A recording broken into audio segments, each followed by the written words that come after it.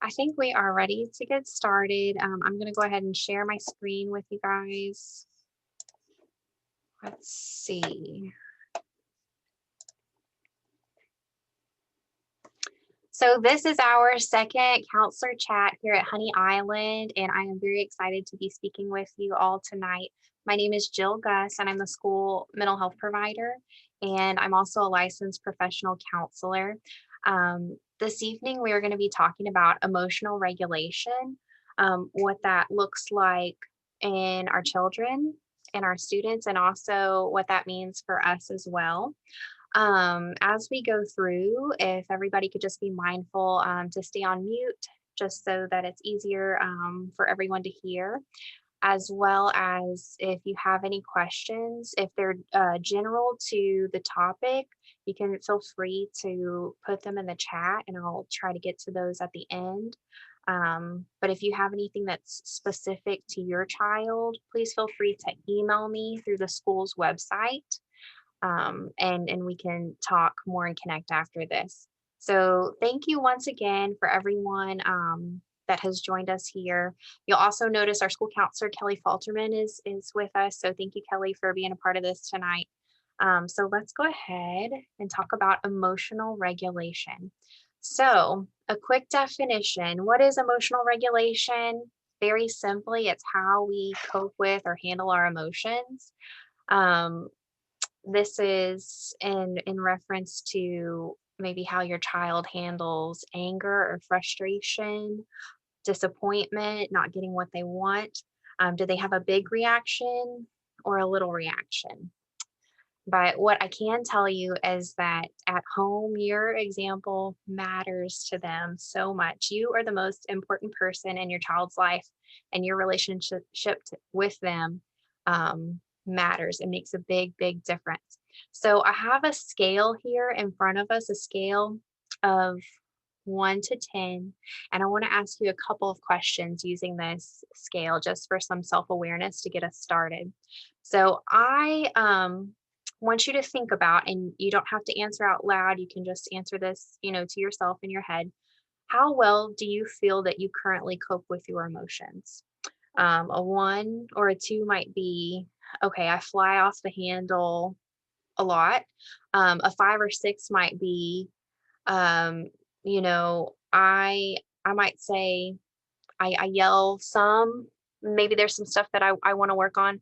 And then a 9 or a 10 would be like, I feel like I'm able to stay calm when I need to stay calm. I talk about what's going on and I'm able to move on. So after you have your number, I want you to think about where you would rate your child on this scale. Where is your child's ability to handle or cope with their emotions? Do they have a very low frustration tolerance? Do they have a hard time accepting no? That might be on the lower end of the scale. Or if in most situations you feel like they're successful, that might be a much higher number. Um, After today's talk, I hope that you walk away from here with maybe something that you can use that might help you move one more number up the scale. So let's keep going. If you are not emotionally regulated, then you might be emotionally dysregulated. So, behaviors that we see when someone is dysregulated would be like whining, crying, hiding, screaming, running away, hitting, or biting. Um, all of those behaviors that kids are much more likely to share with the people that they feel safest around. So you may see these at home if your child is dysregulated and can't cope with their emotions. But what we do know is that emotion heavily influences and is directly tied to behavior. So you're going to find that um, a lot of times if you ask your child what's wrong, especially if they're in that crisis mode, they're crying, they're upset, they may say I don't know. They may not answer. At that time they may not be able to verbalize what is going on. And at this age, that can be a normal response. So if someone is dysregulated, we say that they're stuck in fight or flight mode. That's that survival mode. And if you check out my little picture of the brain here, um, whenever you are in that survival state, that's you're using the bottommost portion of the brain and the brain stem, and really you're seeking safety.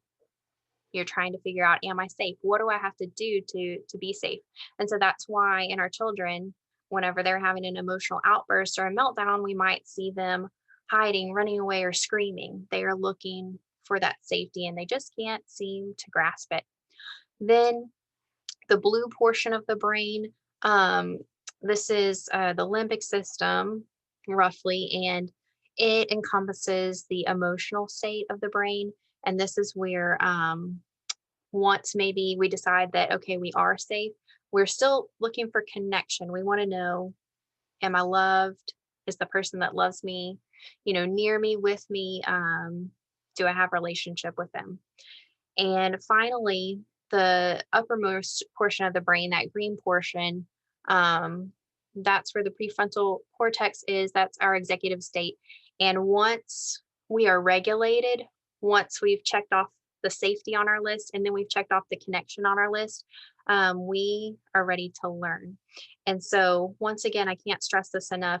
If your child is dysregulated, trying to teach them a new skill, or sometimes even trying to really talk to them and reason with them, you're probably not going to get that far. Especially in that survival state, that fight or flight, you're probably going to find that they're very unreasonable and sometimes illogical too. All right, so I just kind of gave you a rough outline of some stuff that's going on in the brain whenever we're in an emotional state.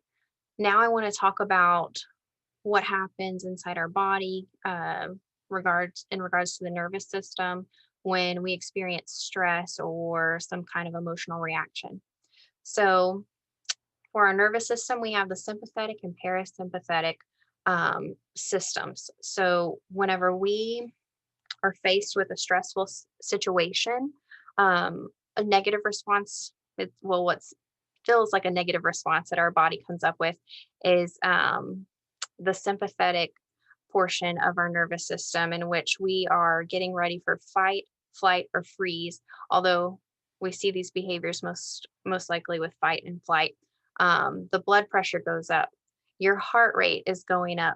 And these things are designed to help you survive and help you in like a true crisis. Your body starts producing more cortisol, which that's our stress hormone. It also usually makes you retain weight. Um, Epinephrine is produced as well, and then this one is really important. Your body starts using up glucose stores, and the reason that that is so important is because um, we need to make sure to help our kids that they are well hydrated and have regular snack times, because whenever we provide and meet for those basic needs, then our children are a little less cranky, a little bit more able to handle stress. So on the other side of the nervous system, we have the parasympathetic, and people say that that gets your body back to rest and digest. And so we need this to be calm. Let's see. I see that I have, let's see. Thank you so much, Kelly, for answering a couple of quick questions in the chat. I hope that didn't mess up my slides. Y'all still good? Y'all can see me? Okay, great. So parasympathetic nervous system, on the other hand, is going to help us calm ourselves and calm our bodies. Our heart rate will slow down. The blood pressure decreases. We're not producing the same stress hormones whenever the parasympathetic side is activated. And something that's really cool is they can't both be on at one time. Okay, when one is on, the other is off. Okay, so I'm going to share some very easy ways to access the parasympathetic side with some very, very simple tools in just a minute. All right, so kind of quickly to recap some overarching messages that I'm sharing tonight is that In order to reason with your child has to be regulated. So we're going to start at the bottom of this triangle. These are the 3 R's you can try to keep in mind for emotional regulation. You have to regulate. We have to calm our child. We have to make sure that we're regulated first. Then we can offer that connection and relate, and we can finally begin to reason and kind of recap what happened and talk about what happened during the meltdown, maybe what triggered it, what your child might need in order to be more successful next time, what a do-over might look like for the same situation. But I like these 3 R's, just reminding us it starts with regulating, then relating, and reasoning. All right, so some regulation activities. These are those things that turn on the parasympathetic nervous system. The first one, the quickest one, and the most simplest is deep breathing. Deep breathing. If you Google deep breathing for kids, you will find just bukus and bukus of deep breathing activities for children. So I'm not even going to mention anything specific. The keys that you're looking for here is making sure that you're breathing in through your nose, out through the mouth, and that you're doing so very slowly.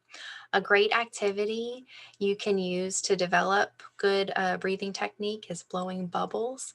Blowing bubbles also really helps if you have a child that is crying, because in order to blow the bubbles, you have to stop and breathe. And usually children can be motivated to blow bubbles because it's, something special. Some other activities, of course, would be exercising. And I'm not talking about, going to the gym. I'm talking about things that are simple and enjoyable for you and your child, which would be, walking, riding the bike, spending time outside. I don't have this on the list, but yoga is a great way to incorporate movement and deep breathing at the same time. And there's lots of videos out there for kids yoga as well. Using art to process and express feelings is a great outlet for kids. It can be very simple: coloring, drawing, having them draw or color a feeling. It can also help them get outside if you want to do chalk outside for art time. And mindfulness. There are lots of studies coming out about mindfulness. Very simply, it just means that you are present and that you're focused on the moment, this moment right here. You're not worried about what happened yesterday or what you're going to eat later for dinner. You are focused on this moment. There are so many different ways to practice mindfulness. It can be as simple as going outside, taking a nature walk, having your child notice what they see, picking up pine cones, observing them. It could be, swinging on the playground. That's a really good one for mindfulness. You do it without even thinking about it. Or even doing the dishes by hand. So you can turn chores into mindfulness time. Just having to think about maybe the warm water on your hands, the soapy, sudsy feeling of the soap, toweling off the dishes. These are all ways to be mindful in the everyday chores or work that we do. I also wanted to share with everyone a grounding exercise that can be really helpful, and you don't need any materials to complete it. This can be used in the moment to calm your child down. You would simply state, tell me 5 things you can see. So right now I might say my computer screen, my keyboard, my mouse, my lamp, and my picture on this screen. And then I would go for the next thing, tell me 4 things you can feel. And I would just keep going. 3 things you can hear, 2 things you can smell, 1 thing you can taste. And this grounding exercise is a way to practice mindfulness, and it helps the child focus on what's right in front of them and helps them distract them and forget about maybe for a little bit what it was that got them so elevated. Now I want to talk about co-regulation. So the activities on the previous slide, these can be done independently or together. Okay, it depends on where your child's at, where they are on that 1 to 10 scale. Are they regulating by themselves already, or do they still need a lot of help and a lot of intervention? Um, if they need a lot of help, co-regulation is a good place to start. And that simply means you are the person that's facilitating your child's ability to calm down. Um, and I think it's important to note that you, as the child's most important person, are also their most important tool or calming strategy that they have access to. So don't forget that. And in order to be able to be there for your child and help them regulate, you need to be fully regulated. So this is something that we all have to practice.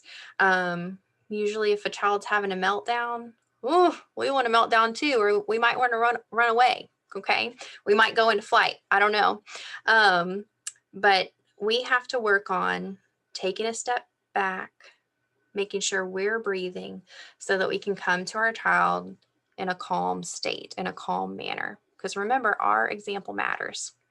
You want to get close to your child, like close enough where you could touch them. Okay, you might put a hand on a shoulder. Just that gentle touch is very reassuring for your child. You want to be on their level, so you might have to crouch down. If they're on the floor, now you're on the floor too. And you want to make eye contact. And if your child is having a moment and that's difficult, you can very gently, take their chin and turn it towards you so that you can really look into their eyes. Okay. And then you want to listen. Maybe they do have something that they're ready to say, and it might seem really small to us because it's not as important as making sure that we pay the bills, making sure we have things ready for work or school the next day. But for them in their world, this could be something that's huge. Even if it's their brother took the toy that they were playing with, that is huge in their world. So we have to be willing to listen. We want to try and understand, and we want to acknowledge their feelings. That means you're really frustrated. You are so mad. That made you so angry. Or I can see that you're really sad. Tell me what's going on. Tell me where the tears are coming from. You really want to show them that you're trying to understand.